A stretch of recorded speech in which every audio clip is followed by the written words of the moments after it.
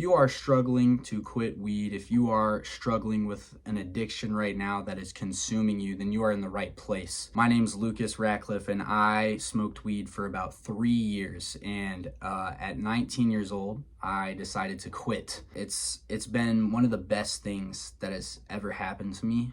And so I'm just going to be sharing my story with you guys today. My experience with weed goes all the way back to my sophomore year in high school. It was during my first semester that me and my friend, who I'm going to call Cam, we talked about smoking weed. Like in high school, it felt like every single person was smoking weed. You know, if you've been to high school, you know that everybody is in the bathroom at 8 a.m. right before they go to class, ripping the pen, you know, whatever it may be. They've got some sort of gadget in there that they are smoking on right before they go into class. Christmas break, right after our first semester, we decided that it was our time to lose our weed virginity.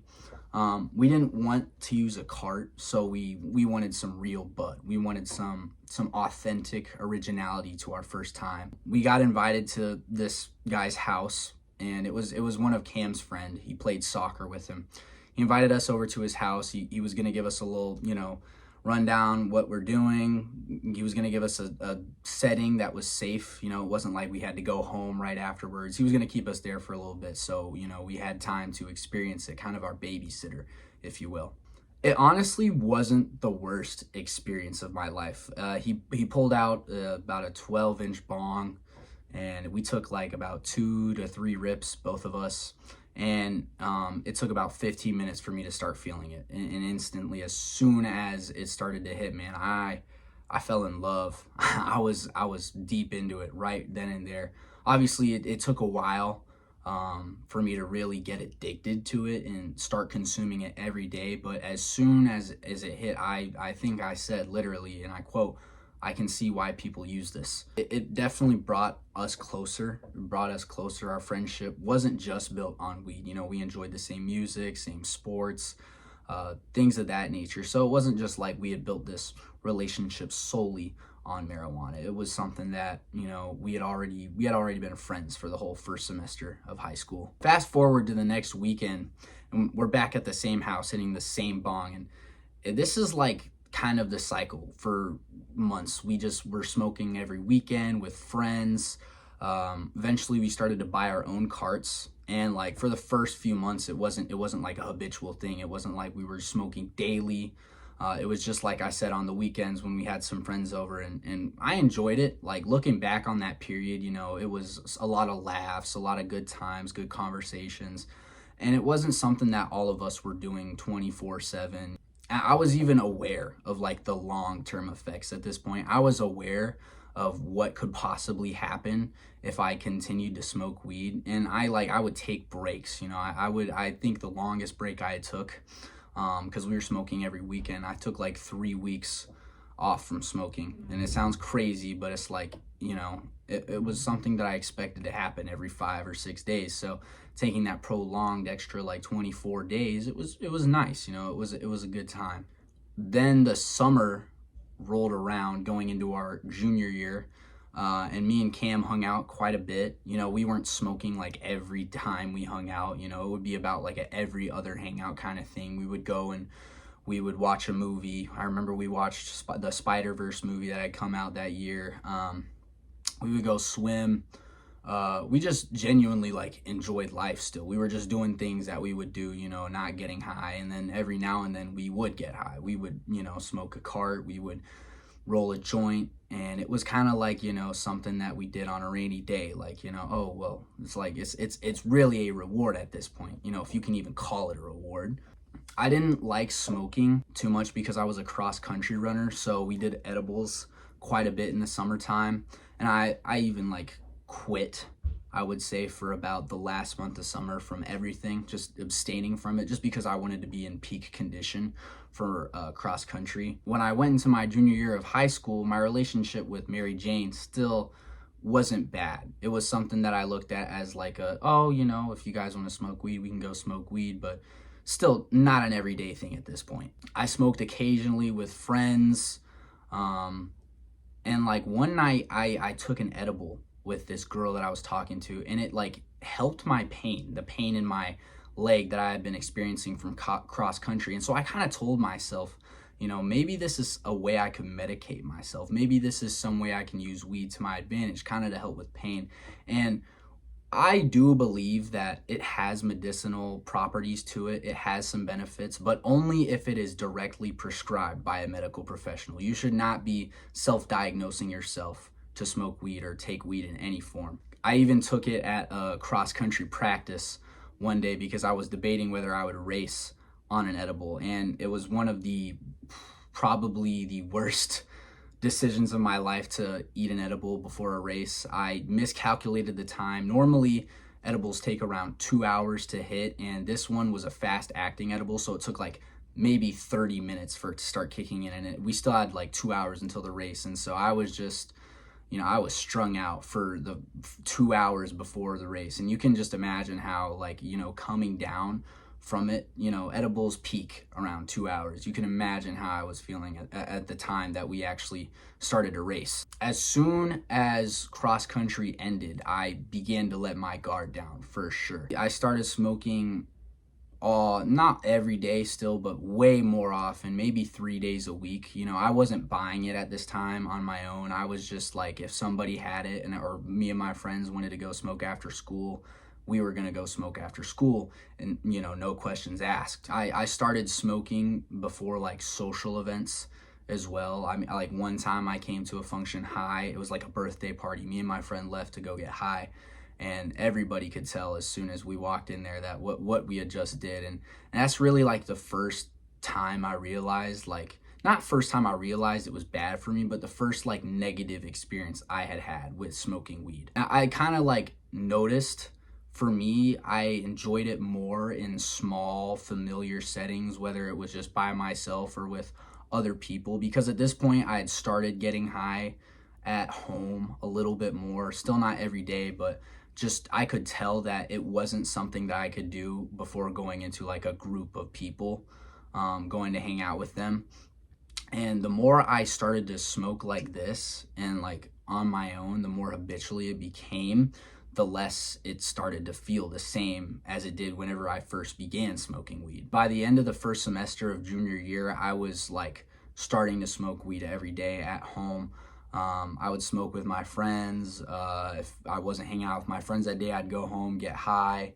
I bought this cart from the smoke shop, and you guys know, like, those Delta 8, HHC, THCP kind of things, those are not, like, they're not good for you at all. If you're gonna smoke weed, you should not be smoking on those carts or those edibles that you get from the smoke shop. Those are not the way to go. I enjoyed smoking at home alone at first. I'd listen to music, play video games, and just kind of chill. It was a good time until it really wasn't, obviously. But my grades started dropping so bad towards the end of the first semester, and like I became quieter because I was also getting high before school, during school, and I just was irritated all the time when I wasn't. I would disassociate. I didn't feel connected to anybody or anything. It was kind of like life was starting to become dull, but not to the full extent that it was yet to become. I took a break from smoking weed that Christmas break after the first semester, and like I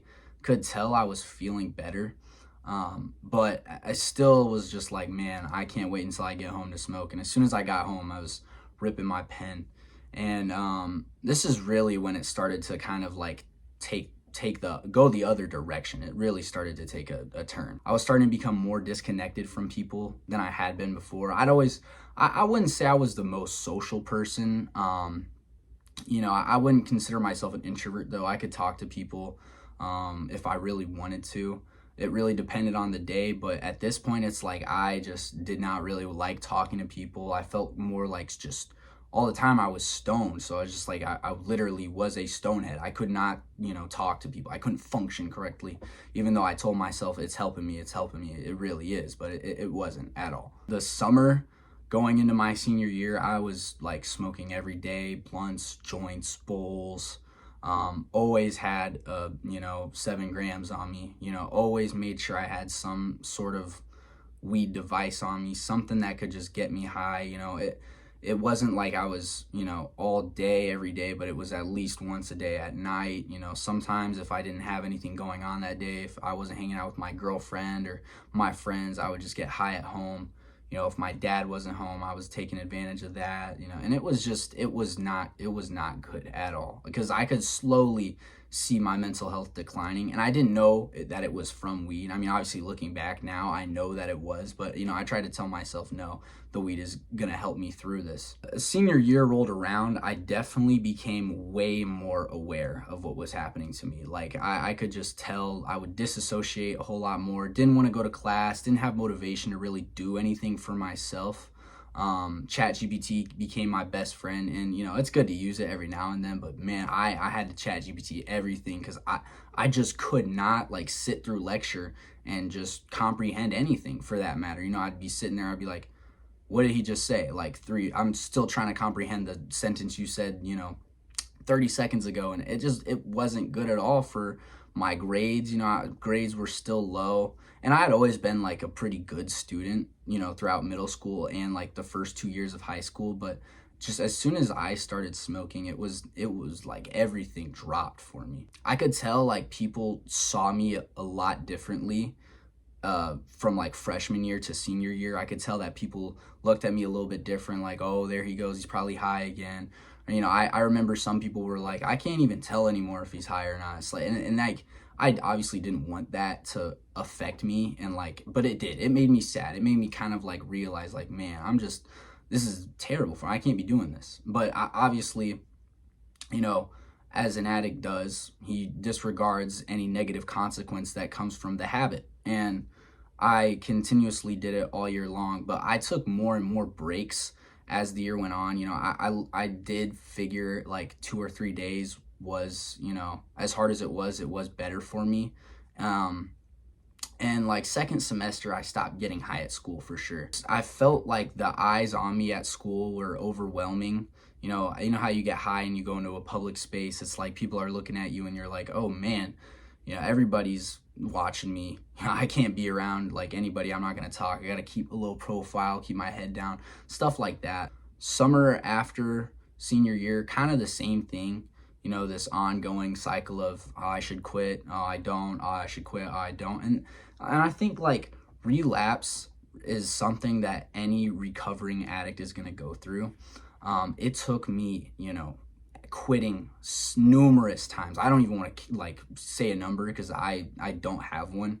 I lost count after, the first 3 tries, but it takes a while for you to really like build that like framework of, this is how I'm going to quit. This is what I do when I experience a craving. This is like when I start smoking weed, is I'm thinking about this XYZ. You really need to relapse a couple of times before you can really step foot on like quitting for good. Because if you go into it the first time cold turkey, it's just gonna be like miserable for one, because every time it's going to be miserable, but you're learning about yourself as a sober person again, and you're learning about yourself as a recovering addict, what triggers you to smoke again, and like how do you go about cravings and stuff like that. It took me quite some time to really figure out who I was as an addict, and what made me smoke weed, because there was numerous things I told myself for the reasoning that I did it and why I was doing it. Going into college, it kind of just, I was more structured with it, I want to say. I definitely wasn't doing it like as soon as the day started or throughout my day at all. I was waiting until the nighttime, especially because I just knew like college is like something I really need to be focused on. Like, it's not like high school where I can goof off and do whatever. You are now like trying to find what you're gonna do for the rest of your life. You are trying to figure that out. You are trying to figure out what your purpose is. And some people argue that weed helps you like spiritually, it helps you find yourself, and that might be true for some people, but I just knew for a fact, like for me, it was not like it was not gonna help me find what I wanted to do. It was not gonna help me find purpose whatsoever. Weed is not bad for everybody. Some people benefit from it, some people don't. For me, it killed my motivation, and it killed my like want to do anything. It killed my relationships with people. It felt like swimming in water, being drowned in water. Like you can't get back up. You know, you forget things that are important. You forget about people. You forget about dates that you've set. It sucks. It really sucks to smoke weed, especially for me, just because I knew I wasn't reaching my full potential of what I could be. I lost so many relationships that could have like been built and connected. And I'm not just talking about girlfriends, I'm talking about friendships with people. You know, certain people, I started blowing them off. You know, I didn't have the motivation to go out and see them. I just wanted to be at home smoking weed. That's why I'm telling you guys right now, if you are seeing the negatives from smoking weed, maybe if it's the most minimal negative, weed has this creep effect on you that at first you feel like you're all right, you can do this, like it's just some weed, you know, you can smoke every, you know, whatever, every other day, every 3 days, every week. But it has this creep effect where the more you use, the more you do it, the more it starts to consume you. And it's because of how like normalized I think it is in today's society to smoke recreationally. You know, I'm not gonna judge somebody for smoking weed because, you know, I obviously myself have smoked. I've had good experiences, I've had bad experiences, but just like all around, what matters is how it affects you when you're not smoking. You know, when you're not smoking weed or you haven't smoked that day yet and you are just like irritated, all you can think about like is smoking, you got all this brain fog, and then when you smoke it gives you all this mental clarity. It's just, that's when you know that it's starting to consume you and it's starting to become an issue for your life. This channel's new. It's my first ever video I'm posting on here, and through my journey of sobriety, I'm going to be posting like tip videos, like little, you know, stories here and there about my experience with addiction, smoking weed, because it's no small thing. Like a lot of people brush it off as like, yeah, I've been smoking weed. It's, you know, but it really does have an effect on you. It really does. The more you do it, the more you will find out.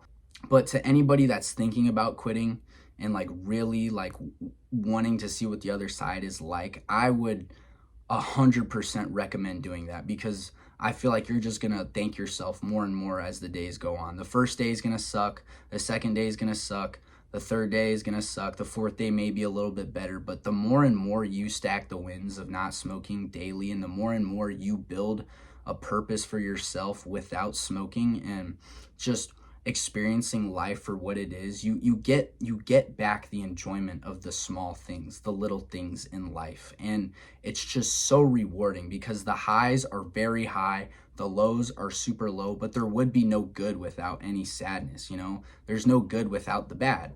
And I think one thing that people who smoke weed often do is they want to run from their, you know, emotions. They want to run from their sadness. And it's like that might be a general statement, but that's what it was for me. You know, I wanted to be happy 24/7.